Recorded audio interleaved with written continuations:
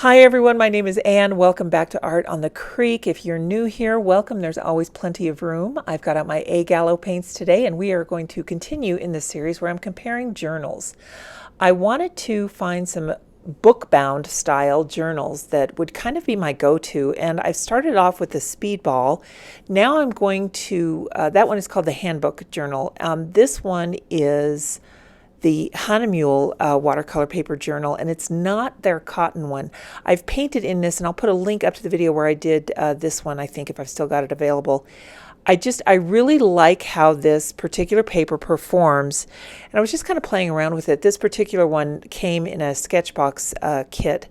I happen to have paid for all of these journals with my own money, so no one sponsored me on this comparison. I just really want to make sure that I'm unbiased and really going through to see which paper journals I'm going to really like for my watercolor that are bound like a hard book. I love this little mouse. I love how this one turned out.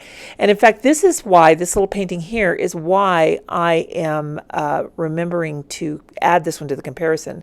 I like how the little ribbon kind of makes his tail there.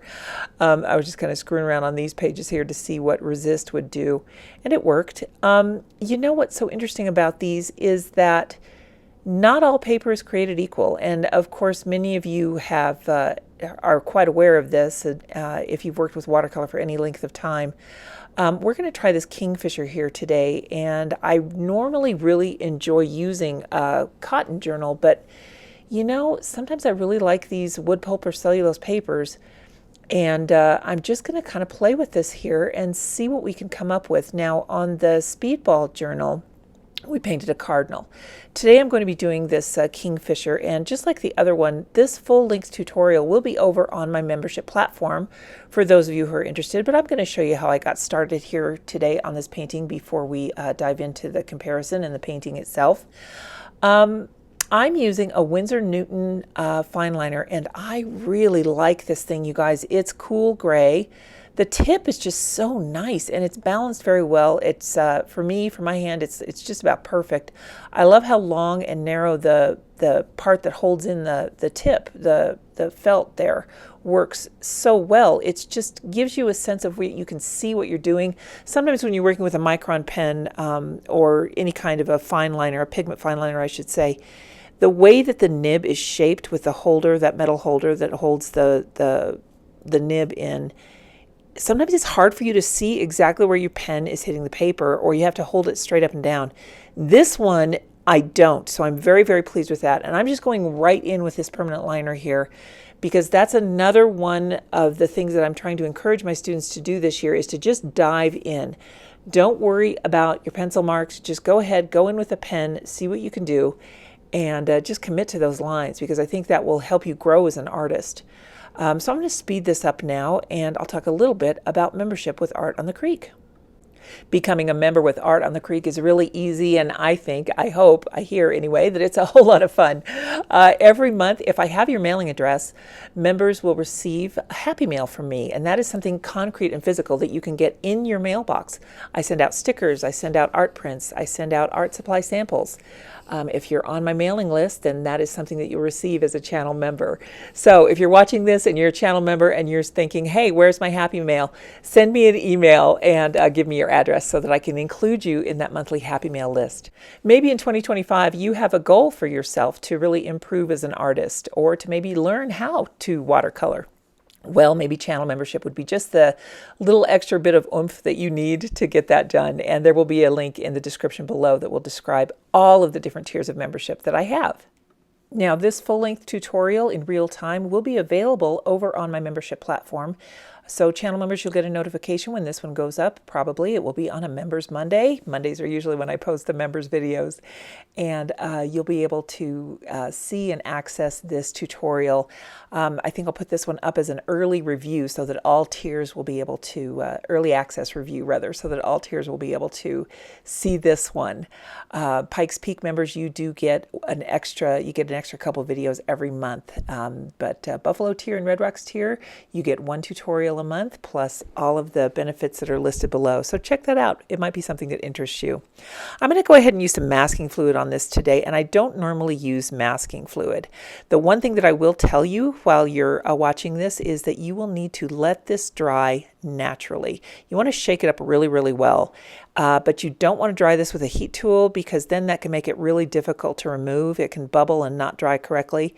So channel members, I'll go over this in great detail, but for the rest of you, just make sure that you let it dry naturally, and then you'll be able to be successful with your masking fluid.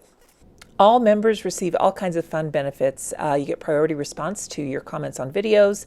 Any special request, if you want to see any kind of particular tutorial, I will honor that every single time. And you can also email me at any time with a request for feedback on your art. So lots of benefits to being a member to Art on the Creek, and for Pikes Peak members, one of the extra benefits that you guys get is a monthly e-newsletter. And again, you would have to opt in for that. I just need your email address to include you in that. And every month I send out a little bit of behind the scenes, what's happening, and prompts for every single day of the month so that you will never be without an idea of what to paint. You know, last week we took a look at the Speedball brand HandBook Watercolor Journal, and I really do like it, right? Like this one though, this is really comparable, and I think you can see if you compare the two videos, and I'll put a link up here in the corner to that other video, or it will be mentioned in a playlist at the end so you can watch it and compare the two. You can really see how the paint moves on here as compared to how it moved on the other one. They have more flow here. I think that it's a little bit easier to use. You know, there's pluses and minuses to both, but I think for a non-cotton watercolor paper, I think this one has a few extra pluses over the Speedball one, the HandBook Journal. This one is by Hahnemühle, and it comes in several different sizes. It's a 200 GSM, and I really, really like this paper. It's just so affordable, and actually it's comparable in price to the other one. It really does work well. The sheet count in here is 30 pages, and let's see, it's a natural white paper. It just comes in so many sizes, and it's very easy to use. The one thing I like about it is that, this is kind of silly, but stickers stick to the outside cover of this. They don't really stick to the HandBook Journal one because that is a linen cover. But the plus to that one is that you can paint on that linen cover and really make it your own. But I've got a lot of stickers lying around here, guys, and I like places to put them. So my computer's actually full. So I'm putting them on my sketchbooks, and I'm very happy that this one will enable me to do that. So now that I've got the masking fluid removed and no problems there, I have used masking fluid on the other one, and same thing, no problem. It came off really easily. I can go in with these other layers and add some details to our little Kingfisher here.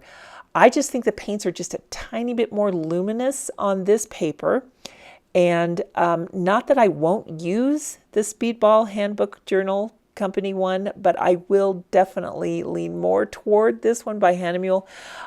When I first started out, my treat myself really nice paper was Fabriano, and since then I've really become a fan of the Hahnemühle. Everything I've tried of theirs I've never been disappointed in. So let me know in the description what you think of this journal if you tried it, and not the description, rather the comments below. Let me know if you have tried this one or if you've tried any of the Hahnemühle. I will be reviewing the Hahnemühle Cotton Sketchbook when we get to talking about cotton. Let me know also which of the cellulose sketchbooks you really enjoy. I'm trying to get away from that double spiral because I want to put them on my shelf and have them look really nice. So let's compare these two, and you guys can really see the difference. Right away, I just have to say it's just so much more luminous in the Hahnemühle. Now here, let's open up this other one, and you can see beautiful, bright, vibrant paints, and they really do work well on here, but I don't know if it's picking up on camera. They're just a little bit flat in comparison. So both of these were painted with A Gallo, and they both got a really nice texture. Both books open really flat. You can see that the Speedball one, the texture is a little bit more on that one, but they're both cold press. I really like how smooth the Hahnemühle is. I also like the texture on the Speedball book. So they're, I would say pretty much equal in price and weight of paper, but I got to tell you, the paints perform just a tiny bit better, for me anyway, on the Hahnemühle paper. So let me know your thoughts on this. Have you tried this Hahnemühle sketchbook?